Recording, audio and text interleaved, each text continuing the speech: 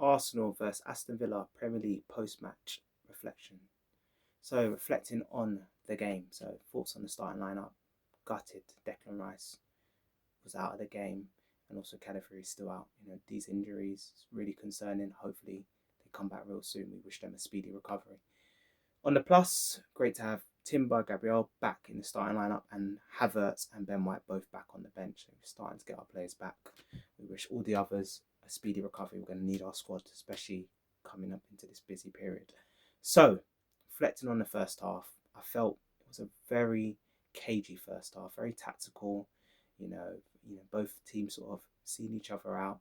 However, I felt we kind of dominated the possession in the game, but you could see they came with a game plan. They kept it compact. They sat back and they caught us on the counter attack on a couple of occasions.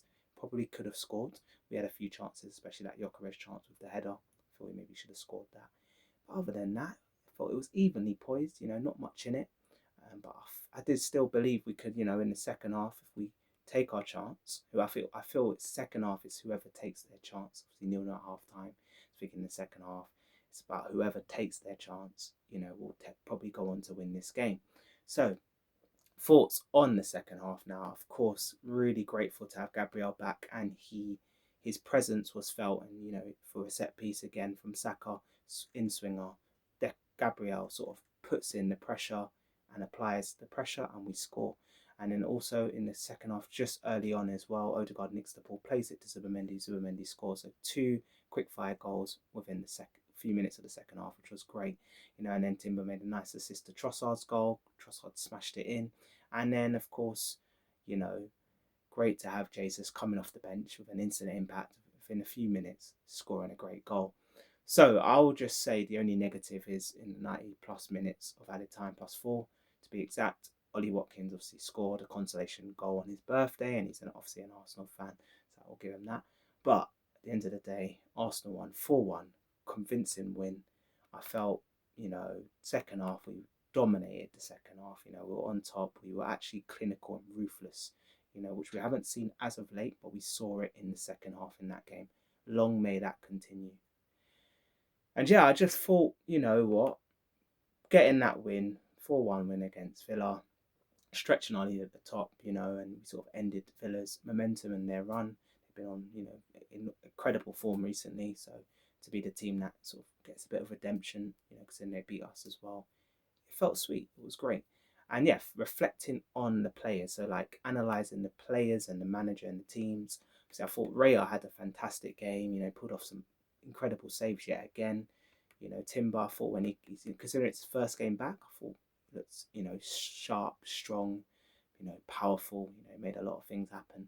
Saliba, solid. Gabriel, back with a solid performance and a goal, an important goal, that gave us the lead. Cape, I thought, had a great game, attackingly, offensively, and also defensively solid. I thought the late subs as well, for MLS and White that came in for Gabriel and Timber, I thought they did well as well. Midfield, I thought Zubimendi was class today, absolutely class. He was everywhere, controlling the midfield. He came up with that great goal as well, great run into the box. We haven't really seen that from him. Great finish. Marino, I thought, had a good game, balance. Odegaard today, back to his best. I thought the last game and this game, back to his best. Creating things, making things happen. Shots, off outside the box, inside the box. Great assist for Zubimendi's goal as well. I thought Norgard, when he came on for Marino, calmed things down in the midfield. He looked good, and it was a sensible sub considering Marino was on a yellow card. And yeah, I thought Norgard started in well, and I think he's had a few good performances when he's come in. And yeah, just covered the remainder of the game. And I thought Saka was lively yet again. Gyökeres, I thought got into some good positions. Probably should have scored. Should have took maybe one of those chances in the first half. But he's getting into the positions. I'm sure sooner or later it's gonna, it's gonna be a goal sooner or later. He'll score from open play. I know we're worried because he hasn't scored from open play for so long. He's only scored that penalty. He will score. We've just got to get behind him and keep supporting him. And yeah, I thought Trossard was the best of the front three today. Nice assists, what an assist, and a lovely finish, on the edge of the box. Sals Madueke came on late for Saka. Okay game, quite a game. But Jesus came on for Gyökeres, and he had an instant impact, within a few minutes of coming on, bags a goal. You know, great impact players. Great to have Jesus back. You know, he's been out for a long time. His sharpness is picking up. You know, he's added goals to his game now. Long may that continue. My man of the match today, I'm going to give it to Trossard. I thought he was exceptional today. You know, on the ball, trying to make things happen. You know, creating chances. You know, clever assist. You know, great goal as well. You know, it was a big moment. And yeah, Arteta, thoughts on Arteta, you know, hats off to Arteta, you know, strong starting lineup, you know, made wise changes in the second half as well, managed the game really well. I thought it was a convincing display from the team. And, you know, considering, you know, Villa are a good side, they're third in the league, they've been on form, you know, 11 games, wins on a bounce. You know, I think Arteta, you know, outdone Emery today, you know, a bit of redemption. I thought, you know, he won that battle today. And yeah, thoughts on Aston Villa, I think I said it before, you know, their form coming into this game with 11 wins on the bounce. Strong side, top manager, good squad depth. You know, they've got some really good players. They're well organised. They're playing a good 4-2-3-1 system. Rodgers, you know, probably been one of the best players in the Premier League as of late. And yeah, I think obviously Watkins scoring goals again as well. So it's always a threat. But I thought we kept them quiet. You know, we kept them quiet, and that's goes. You know, credit all goes to our defence. You know, fantastic.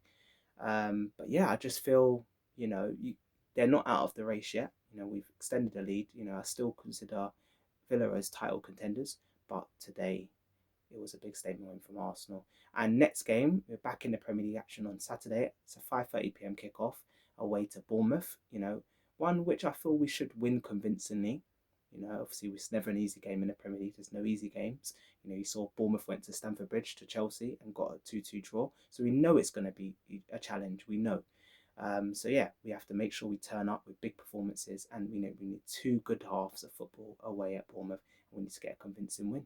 You know, keep on building the momentum. And I'd just like to say, I appreciate anyone that took the time to listen to this reflection. Hope you could connect to it.